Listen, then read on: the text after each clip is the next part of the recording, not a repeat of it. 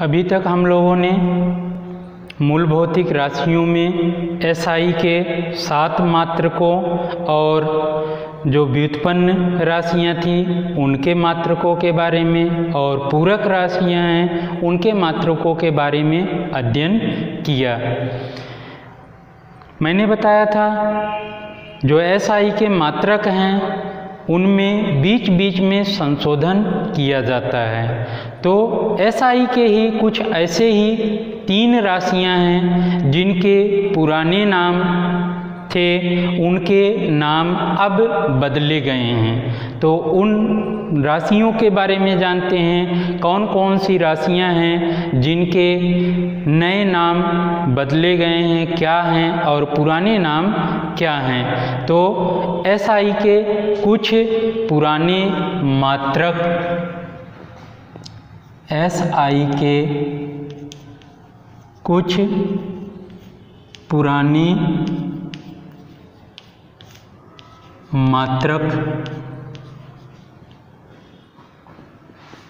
मात्रकों के नए नाम।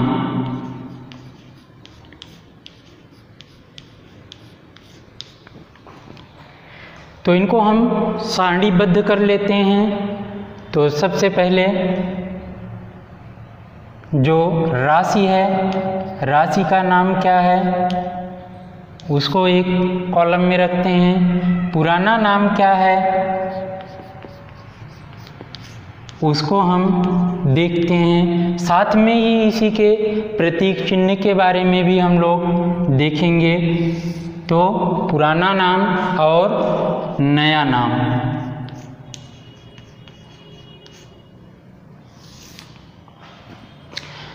तो इसमें जो राशि है, राशि में सबसे पहली राशि जिसका नया नाम रखा गया है वो है ताप।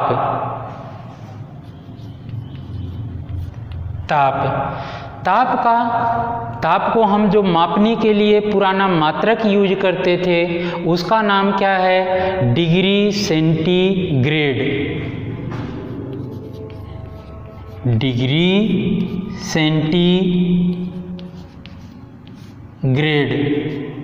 ये नाम पुराना है, या ताप को मापने के लिए हम इस मात्रक का उपयोग करते थे, जिसका प्रतीक चिन्ह क्या होता था, इस तरीके से C के ऊपर 0 लगा देते थे।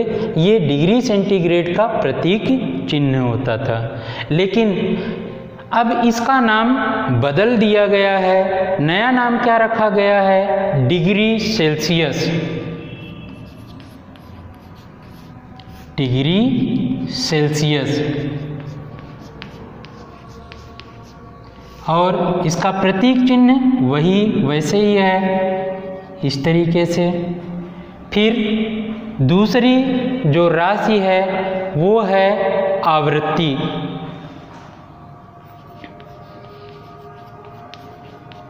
आवृत्ति का जो पुराना नाम है वो है कंपन प्रति सेकंड। कंपन प्रति सेकंड। और इसका प्रतीक चिन्ह क्या होता है, CPS स्मॉल लेटर में। अब इसका नया नाम रख दिया गया है। नया मात्रक क्या रखा गया है, हर्ट्ज।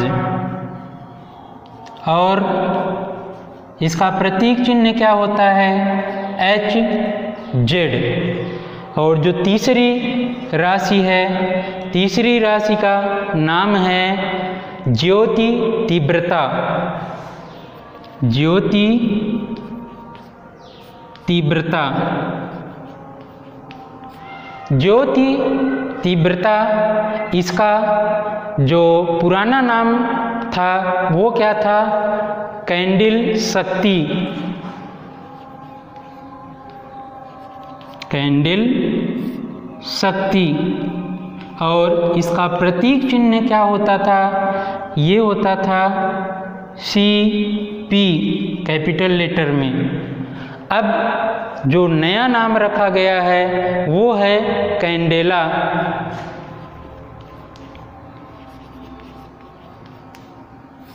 और इसके लिए जो प्रतीक चिन्ह यूज किया जाता है वो है CD।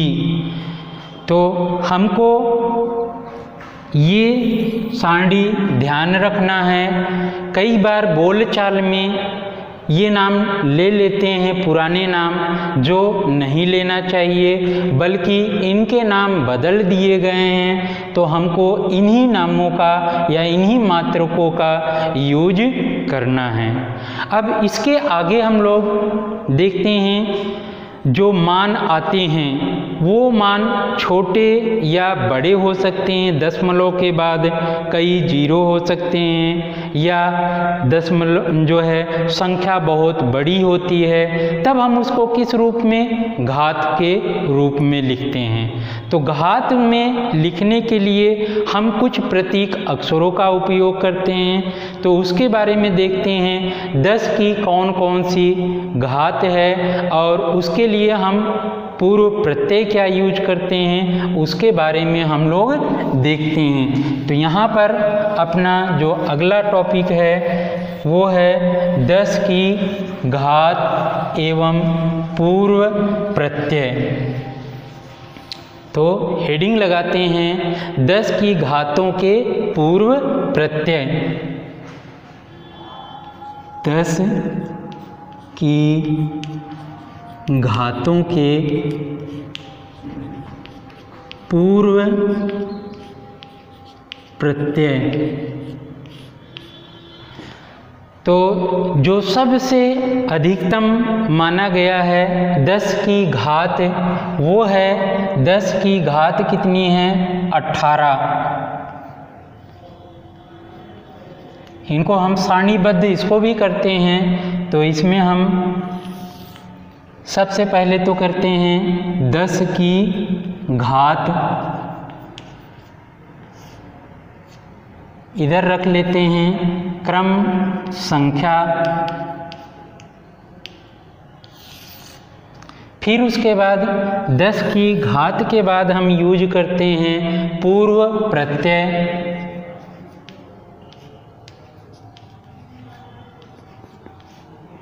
पूर्व प्रत्यय के बाद इसके लिए प्रतीक चिन्ह क्या लेते हैं, तो प्रतीक चिन्ह।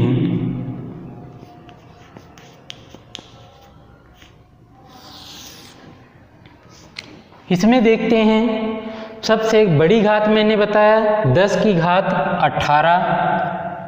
10 की घात 18 के लिए हम पूर्व प्रत्यय क्या लेते हैं, एक्सा। और इसके लिए प्रतीक चिन्ह क्या लिया गया है, कैपिटल ई। इसी तरीके से ये आगे किलो तक, मतलब 10 की घात 3 तक 3 की घातों के अंतर से चलती है राशि। 10 की घात 18 हो गया, इसमें 10 की घात 3 कम करते हैं तो 2 नंबर पर 10 की घात 15। 10 की घात 15 के लिए हम क्या यूज करते हैं, पेटा। और इसके लिए हम क्या यूज करते हैं, प्रतीक चिन्ह कैपिटल पी। फिर 10 की घात 3 और कम करेंगे तो 3 नंबर पर आ जाएगा 10 की घात 12। 10 की घात 12 के लिए हम यूज करेंगे पूर्व प्रत्यय टेरा।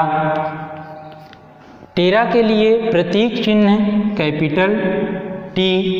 फिर इसी तरीके से 3 और कम करेंगे तो 4 नंबर पर आ जाएगा 10 की घात 9। 10 की घात 9 के लिए हम क्या यूज करते हैं, गीगा। और इसके लिए प्रतीक चिन्ह कैपिटल जी। फिर 3 और कम करें तो 10 की घात 6। 10 की घात 6 के लिए हम पूर्व प्रत्यय क्या प्रयोग करते हैं, मेगा। और इसके लिए प्रतीक चिन्ह कैपिटल एम। इसी तरीके से 3 और कम करें तो क्या आ जाएगा 10 की घात 3। 10 की घात 3 के लिए हम क्या यूज करेंगे, किलो। फिर किलो के लिए प्रतीक चिन्ह क्या है, स्मॉल के। फिर 3 के बाद अब मैंने बताया था, अब जो है घात में 1 की कमी होगी। 1 की कमी कहाँ तक होती है? 10 की घात -3 तक। तो यहाँ से 7 नंबर पर 10 की घात 2, तो इसके लिए हम क्या यूज करेंगे? तो हेक्टो, और हेक्टो के लिए प्रतीक चिन्ह स्मॉल h। फिर आता है 8 नंबर पर 10 की घात 1, इसके लिए हम यूज करते हैं डेका, और इसके लिए प्रतीक चिन्ह क्या है? DA। फिर आगे आता है 9 नंबर पर 10 की घात -1। 10 की घात -1 के लिए हम यूज करते हैं डेसी।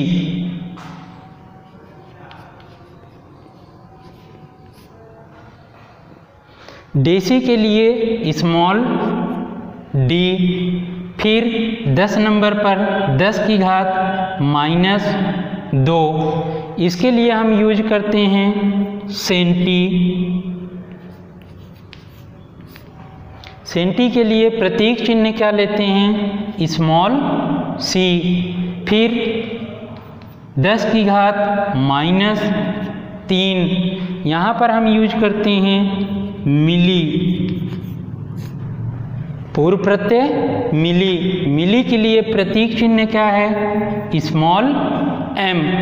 फिर अब मैंने बताया था 3 से -3 के बीच में तो 1 का अंतर चल रहा था 10 की घात का, अब पुनः -3 का अंतर चलता जाएगा। मीन्स यहाँ पर अगर कहें 10 की घात -6, 10 की घात -6 के लिए पूर्व प्रत्यय यूज करते हैं माइक्रो। माइक्रो का प्रतीक चिन्ह म्यू। फिर 10 की घात 3 इसमें और जोड़ें तो -9। 10 की घात 9 -9 के लिए हम क्या लेते हैं? प्रत्यय नैनो।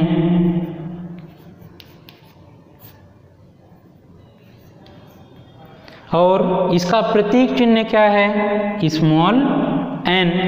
फिर आता है 10 की घात -12। 10 की घात -12 के लिए हम पूर्व प्रत्यय यूज करते हैं पीको। और प्रतीक चिन्ह स्मॉल p। फिर 12 के बाद 3 और इसमें जोड़ेंगे माइनस का, तो ये हो जाएगा 10 की घात -15। इसके लिए पूर्व प्रत्यय क्या यूज करते हैं? फेमटो। प्रतीक चिन्ह स्मॉल f।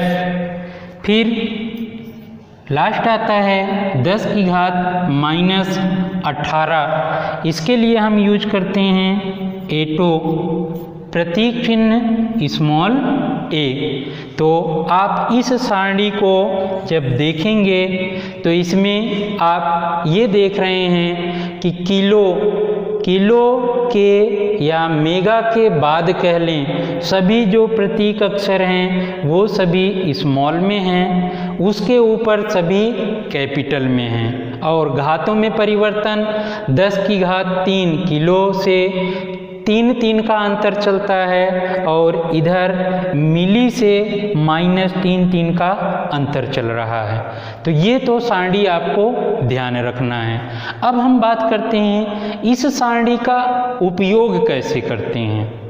जैसे मात्रक में परिवर्तन के लिए, उदाहरण के लिए हम लंबाई लेते हैं। लंबाई का मात्रक मीटर है। अब हमको ये पता है कि 1 किलोमीटर में कितने मीटर होते हैं? 1000 मीटर ये होता है। ये 1000 जो मीटर है इसको अगर हम घात के रूप में लिखना चाहें तो कैसे लिखते हैं? तो इसका तरीका हमको पता है, 10 की घात 3 मीन्स जितने जीरो होते हैं 10 के ऊपर उतना लगा दें तो ये हो जाता है घात में, अर्थात 1 किलोमीटर में कितना मीटर? 10 की घात 3 मीटर। अब सारणी में आ जाइए, यहाँ पर है 1 किलो। अब हम पहले लंबाई में मीटर, हम कहेंगे 1 किलोमीटर में कितने मीटर होगा? 10 की घात 3 मीटर के बराबर होगा। ऐसे ही हम कहें कि 1 मेगामीटर में कितने मीटर होगा? तो 10 की घात 6 मीटर के बराबर होगा। या 1 मिलीमीटर में कितने मीटर होगा? 10 की घात -3 मीटर के बराबर होगा। तो इस तरीके से हम यहाँ से इस सारणी से परिवर्तित कर लेते हैं। दूसरा, अगर हम इसको माइनस वाला भी देख लेते हैं। अब हमको ये चीज़ पता है क्या कि 1 मीटर बराबर कितने सेंटीमीटर होता है? तो हम कहेंगे 100 सेंटीमीटर होता है। इसको हम उल्टा लिखें या इसको पहले हम घात के रूप में लिखें तो 10 की घात 2 सेंटीमीटर लिख सकते हैं।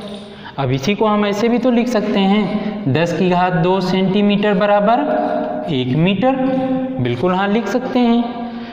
अब अगर कहें 1 सेंटीमीटर में कितने मीटर होगा तो हमको पता है, इसको इस तरफ कर देंगे तो 1 सेंटीमीटर बराबर हो जाएगा 1/10 की घात 2 मीटर के बराबर। अब इसको ऊपर अगर ले जाते हैं तो हमें पता है यहाँ पर इसकी घात में धनात्मक है तो ऊपर जाएगा तो ये हो जाएगा ऋणात्मक में। मतलब 1 सेंटीमीटर में कितना मीटर होगा? 10 की घात -2 मीटर के बराबर होगा। अब सारणी पर आ जाइए, 1 सेंटीमीटर में कितने मीटर? 10 की घात -2 मीटर। समझ में आ गया? ठीक ऐसे ही हम दूसरे 1 माइक्रोमीटर में कितने मीटर?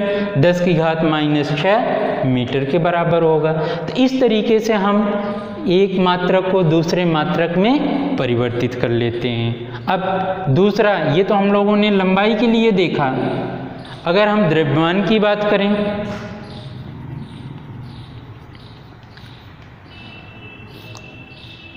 तो द्रव्यमान में हमें क्या पता है? 1 किलोग्राम कितने ग्राम के बराबर होता है? तो कहेंगे 1000 ग्राम के बराबर होता है। फिर इसी को अगर घात के रूप में लिखें तो हम इस तरीके से लिख सकते हैं। यही चीज़ तो यहाँ पर है, देखो।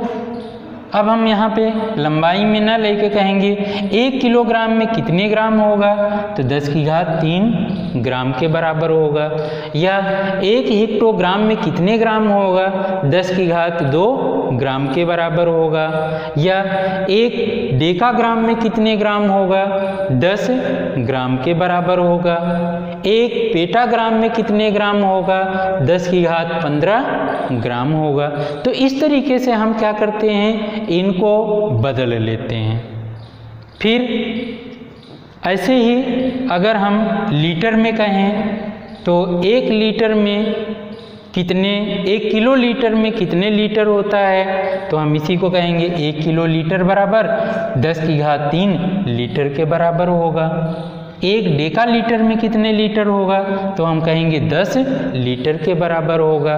तो ये चाहे लंबाई में कहें, द्रव्यमान में या लीटर में बात करें तो हम सभी के मान को क्या कर सकते हैं? परिवर्तित कर सकते हैं। इसका हम उपयोग कहाँ पर करते हैं? जब हमको कैलकुलेशन करना होता है, सूत्र में मान रखना होता है, तब हमको एक मात्रक पद्धति में परिवर्तित करना होता है। उसको बोलते हैं MKS पद्धति में, मीन्स हम SI पद्धति में परिवर्तित करते हैं या MKS में कह लो।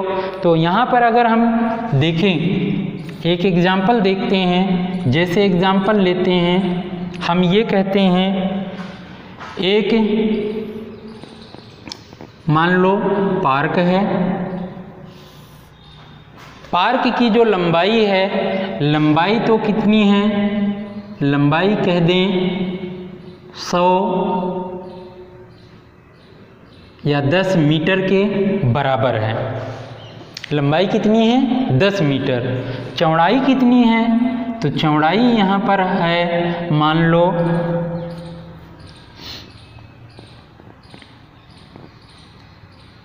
50 या 500 सेंटीमीटर के बराबर है। ठीक है, चौड़ाई 500 सेंटीमीटर, लंबाई कितनी है 10 मीटर। अब कहा जाए पार्क का क्षेत्रफल कितना होगा। अब क्षेत्रफल निकालना है तो हमको पता है लंबाई गुणित चौड़ाई। अब ये देखिए, क्या हम इनके लंबाई दिया हुआ है 10 मीटर, चौड़ाई दिया हुआ है 500 सेंटीमीटर, क्या इनके मान ऐसे रख कर गुणा कर दें तो आ जाएगा? नहीं। क्यों नहीं? क्योंकि इसका मात्रक तो मीटर लिया गया, इसका मात्रक सेंटीमीटर, ऐसा हम कर ही नहीं सकते हैं। पहले हमको क्या करना पड़ेगा, एक मात्रक में बदलना पड़ेगा। तो हम कहेंगे सेंटीमीटर को हम मीटर में बदलते हैं। तो हमको पता है 1 सेंटीमीटर बराबर किसके होता है, तो यहाँ पर देखें 1 सेंटीमीटर बराबर है 10 की घात -2 मीटर के, 10 की घात -2 मीटर के बराबर है। तो हम इसको जो है इसी को क्या लिख सकते हैं, 1/100 मीटर, यही तो होगा। इसको अगर हम नीचे ले जाएं तो तरीका क्या है, इसको हम ऐसे भी तो कर सकते हैं, 10 की घात 2 मीटर या 10 की घात 2 है, इसका मतलब 1/100 मीटर हो गया। अगर 1 सेंटीमीटर में 1/100 मीटर है तो 500 सेंटीमीटर में कितना मीटर होगा, तो हम कहेंगे 500 सेंटीमीटर बराबर हो जाएगा। सीधे हमको पता है, एक का मान पता हो और का पता करना है तो उससे गुणा कर देते हैं, इंटू 500, या इसको काट दें तो कितना आ गया 5 मीटर। मतलब हमको चौड़ाई कितनी मिल गई, तो इसको हम कहेंगे 5 मीटर। अब इसका भी मात्रक मीटर, इसका भी मात्रक मीटर। अब हम क्षेत्रफल के सूत्र में रख देते हैं, तो क्षेत्रफल का मान कितना आ जाएगा, तो हम कहेंगे 10 × 5 बराबर आ जाएगा 50 मीटर स्क्वायर। तो ये हमको इस तरीके से मात्रक में परिवर्तित करना भी आना चाहिए। इसके लिए अपनी ये सारणी है, और ये सारणी अगर आप तैयार कर लेते हो, याद कर लेते हो, आगे हायर क्लासेस में कहीं पे भी पढ़ो, हर एक जगह बस इससे ज़्यादा नहीं यूज में आते हैं। यही पूरे जो है यही सारणी या यही पूर्व प्रत्यय, यही प्रतीक चिन्ह उपयोग में आते हैं। अब एक चीज़ और ध्यान देना है, ये प्रतीक चिन्ह कैसे उपयोग में लाए जाते हैं, तो ये देखें यहाँ से, ये क्या है, ये मात्रक है, और के क्या है, के है प्रतीक चिन्ह। किसका प्रतीक चिन्ह है, ये है किलो का, तो इसको क्या पढ़ते हैं, किलोमीटर। तो इस तरीके से मात्रक से पहले हम प्रतीक चिन्ह को लिखते हैं।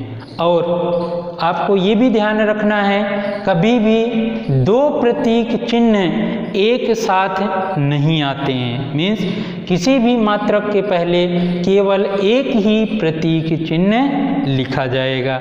हम इसको एक साथ 2 प्रतीक चिन्हों को नहीं लिखते हैं। अगर कहीं लिखा है तो वो गलत है।